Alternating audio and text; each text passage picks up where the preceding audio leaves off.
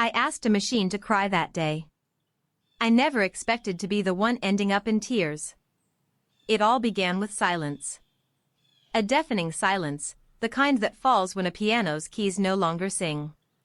For months, my grand black piano, a lifelong companion, had been nothing but a coffin of lacquered wood. I was a pianist. Or rather, I had been. The technique was still there, my fingers glided across the keys like trained athletes. But the soul? It had vanished. It had gone with her, my grandmother, the one who first guided my child's hands to those very keys. Every note I played had become a mechanical echo of her absence, a cold, empty perfection. I no longer created, I merely replicated. I was a ghost at the keyboard. It was in this dead end, this creative wilderness, that I first heard about new artificial intelligences capable of composing music. My initial reaction was pure contempt. A machine? An algorithm? How could a string of ones and zeros grasp the melancholic nuance of a minor chord, or the explosive joy of a chromatic climb? It felt like an insult to Bach, to Chopin, to every artist who had poured their very soul into their creations. And yet, a small, dark, provocative voice began to sprout within me. What if I challenged it? What if I pushed it to its absolute limits, to prove to it, and to myself, that it was nothing more than a glorified calculator, incapable of the faintest spark of true creativity? That's what I was about to find out. In this video, I'll tell you how, in attempting to prove the limits of artificial intelligence, I ultimately discovered my own. And more importantly, how this experience utterly redefined for me the question, just how far can AI truly go today? Chapter 1, The Echo of Silence. To truly grasp my state of mind, you first need to imagine what it's like to live by and for music. From the age of 5, the piano was my language, my therapy, my entire world. My grandmother always used to say, technique is the body. But emotion, that's the soul. Without one, you're an acrobat. Without the other, you're merely a statue. After she passed, I became that statue. I could play the most intricate, the most virtuosic pieces, yet the audience felt nothing. One critic, after my last concert, wrote, a technically flawless performance, but of such glacial perfection it sounded like a score played by an automaton. Each word was a dagger to my heart. He was right. I had become an automaton. I'd tried to compose, to rekindle that flame. But every attempt ended in failure, a blank page, or a bland melody, a mere imitation of what I'd already created. Frustration mounted, simmering into a dull anger directed at myself, at the music, at the haunting silence that enveloped me. I'd spend hours at the piano, hands resting on the keys, not daring to press a single one, for fear of hearing the hollow echo of my own emptiness. It was a prison, and I saw no way out. But what I didn't know was that the path out of this prison wouldn't come from human inspiration, but from the most improbable of sources imaginable. Chapter 2, The Absurd Challenge. One evening, idly browsing articles online, I stumbled upon a demonstration of a music composition AI. Cynicism overwhelmed me. I laughed aloud, alone in my living room. These people claimed a machine could create art? What a farce. That's when the crazy idea took hold. I would set it an impossible challenge. Not just compose some sad music. No. I would ask it to translate an emotion so complex, so deeply personal, that even I struggled to put it into words. I opened the program's interface. A simple text box, like a blank page taunting me. I began to type, with a sort of meticulous fury. My prompt was long, precise, almost poetic. I asked it to create a solo piano piece that would capture the exact emotion I felt when thinking of my grandmother. I described it as the bittersweet ache of a happy memory that stings because it's gone. A smile that graces the lips just before tears well up in the eyes. The warmth of winter sun on the skin. I pushed it even further. I imposed impossible technical constraints. I demanded a sonata form structure, but with a harmonic progression that would shatter classical rules, employing subtle dissonances that would resolve in unexpected ways, to symbolize pain melting into acceptance. I wanted a main theme that would deconstruct and reconstruct itself throughout the piece, like a memory that fades and reforms. I clicked generate, my heart pounding, a cynical smile playing on my lips. I was convinced the result would be an inaudible mess, a digital jumble that would confirm every one of my prejudices. I was anticipating definitive proof of the machine's fraudulence. That's not what I received. Chapter 3, The First Note of Shock. Seconds later, a score materialized on the screen. I stared at it, skeptical. The notes were there, impeccably written. The structure appeared coherent. But music isn't just notes on a page. I sat down at the piano, placed the score on the music stand, and played the first measure. A simple, fragile melody filled the silence. It was beautiful. Almost impossibly beautiful. I continued. The music unfolded, following my instructions to the letter, but in a way I could never have conceived. The dissonances I'd requested weren't mistakes, they were sighs, musical question marks that created a palpable emotional tension. The main theme transformed, shifting from the crystalline clarity of a childhood memory to the hazy complexity of adult recollection.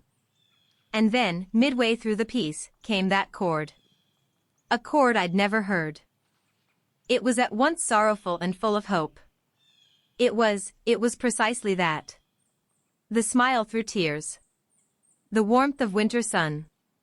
In that instant, my fingers froze on the keyboard. I was utterly transfixed. A machine hadn't written this. It was impossible. I felt something shatter within me, my certainties, my arrogance, my entire perception of art. And for the first time in months, I wept. Not tears of sadness, but tears of understanding.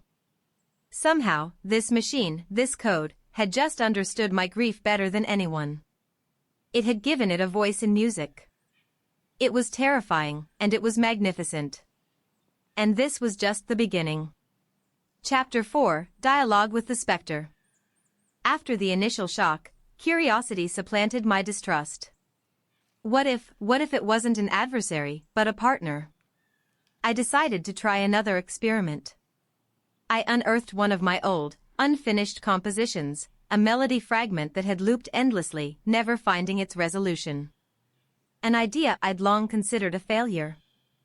I played it for the AI, asking it not to complete the piece, but to suggest avenues, variations, possible directions. The response was instantaneous. The AI didn't produce a single version. It generated 5. The first developed my theme in a Baroque style, with a complex counterpoint that Bach himself wouldn't have disowned. The second transformed it into a romantic Chopinesque ballad. The third made it the foundation for a jazz improvisation, complete with rich, audacious harmonies. Each proposal was like an open door to a universe I hadn't dared to explore. It was no longer a mere generator. It was a mirror. A mirror that didn't just reflect my idea, but multiplied it, revealing all its hidden potential. I started to converse with it through music. I'd play a phrase, and it would answer with another. I'd propose a harmony, and it would suggest an unexpected modulation. It was a dialogue, a wordless conversation, where music was the only language. I realized the AI wasn't stealing my creativity, it was invigorating it. It forced me out of my habitual patterns, made me think differently, and consider possibilities my own brain, steeped in years of classical training, would never have conceived. But the greatest surprise was yet to come. Chapter 5, The Creative Fusion. I decided to embark on an audacious project, to compose an entire piece, not just alongside the AI, but truly with it. A genuine human-machine collaboration. My role was that of artistic director, the guardian of the project's soul. I defined the intention, the emotion, the narrative arc of the piece. The AI, meanwhile, was my orchestrator, my theorist, my tireless explorer. For instance, for the central development, I envisioned an atmosphere of controlled chaos, reflecting the confusion of my emotions. I described this idea to the AI. Within seconds, it proposed several complex rhythmic structures, superimposed polyrhythms that created precisely the sensation of tension and imbalance I sought. These were things that would have taken me weeks to calculate and painstakingly write out. I could instantly test an idea. What if this section were played with a different orchestration? I typed the request and immediately heard the result. What if we shifted the key here to surprise the listener? One click, and the new version was ready. It was like having an entire symphony orchestra and a genius composer at my beck and call 24 hours a day, 7 days a week. This process completely transformed my workflow. I was no longer alone, staring at a blank page. I was an explorer with an infinite map. The AI showed me uncharted continents, but it was up to me to decide which to explore, which route to take. The final decision, the spark of intention, the why, remained profoundly human. But the how had become a realm of limitless possibilities. The piece that emerged from this fusion was unlike anything I had ever created before. It carried my sensibility, my story, yet possessed a richness and complexity I could never have achieved on my own. It was our work. Chapter 6, The Symphony Rediscovered. The day of the concert arrived. I was more nervous than I'd ever been. Not because I feared hitting a wrong note, but because I was about to present something radically new. I had titled the piece Dialogue. Before playing, I took the microphone, something I never do. I simply said, "What you are about to hear is a conversation. A conversation between a human and a machine about what it truly means to be human." Then, silence descended, and I began to play. The opening notes were those crafted by the AI, the very ones that had brought me to tears. Then, my own musical voice intertwined with theirs. The piece was a storm of emotions. There was anger, sorrow, confusion, but also hope, acceptance, and ultimately, a kind of joyful peace. As I played, I no longer thought of technique, of notes, of the algorithm. I was reliving my story, but this time, I wasn't alone. The music flowed through me, pure and heartfelt. When the final note faded, a moment of profound silence enveloped the hall. A dense quiet, heavy with emotion. Then, the applause erupted. It was unlike any I had heard before, warmer, more intense. After the concert, people approached me, tears in their eyes. A woman told me, "I don't know how you did it, but that music told my story." In that moment, I understood. The AI hadn't just helped me compose a piece. It had helped me reconnect, to myself, to my music, and to others. It had allowed me to rediscover my soul, not by replacing it, but by showing me where it had been hiding all along. Chapter 7, The New Horizon. So, just how far can AI go today? My experience taught me that perhaps we're asking the wrong question entirely. The true question isn't what AI can do instead of us, but what it can enable us to become. It hasn't come to replace us, but to augment us. It can be a mirror reflecting our own creativity, a partner for exploring uncharted territories, a tool for translating our deepest emotions into a universal language, be it music, art, or words. AI, in its most advanced forms, doesn't simply calculate. It can learn, adapt, and in a profound way, it can understand the complex patterns of our emotions and our stories. Of course, it doesn't feel sadness or joy as we do. It doesn't possess consciousness. But it has become so adept at recognizing and manipulating the symbols that represent these emotions that it can create works which resonate profoundly with our humanity. It holds a mirror up to us, and in that mirror, we don't see the face of a machine, but the reflection of our own boundless potential. I've begun composing again, with a joy and freedom I'd never before experienced. My piano is no longer a coffin, it's a spaceship. And with my algorithmic co-pilot, I know that the only limits are those of my own imagination. The fear of the machine has been replaced by the exhilaration of discovery. And I'm convinced we are only at the very dawn of this new era of augmented creativity. The future isn't man versus machine.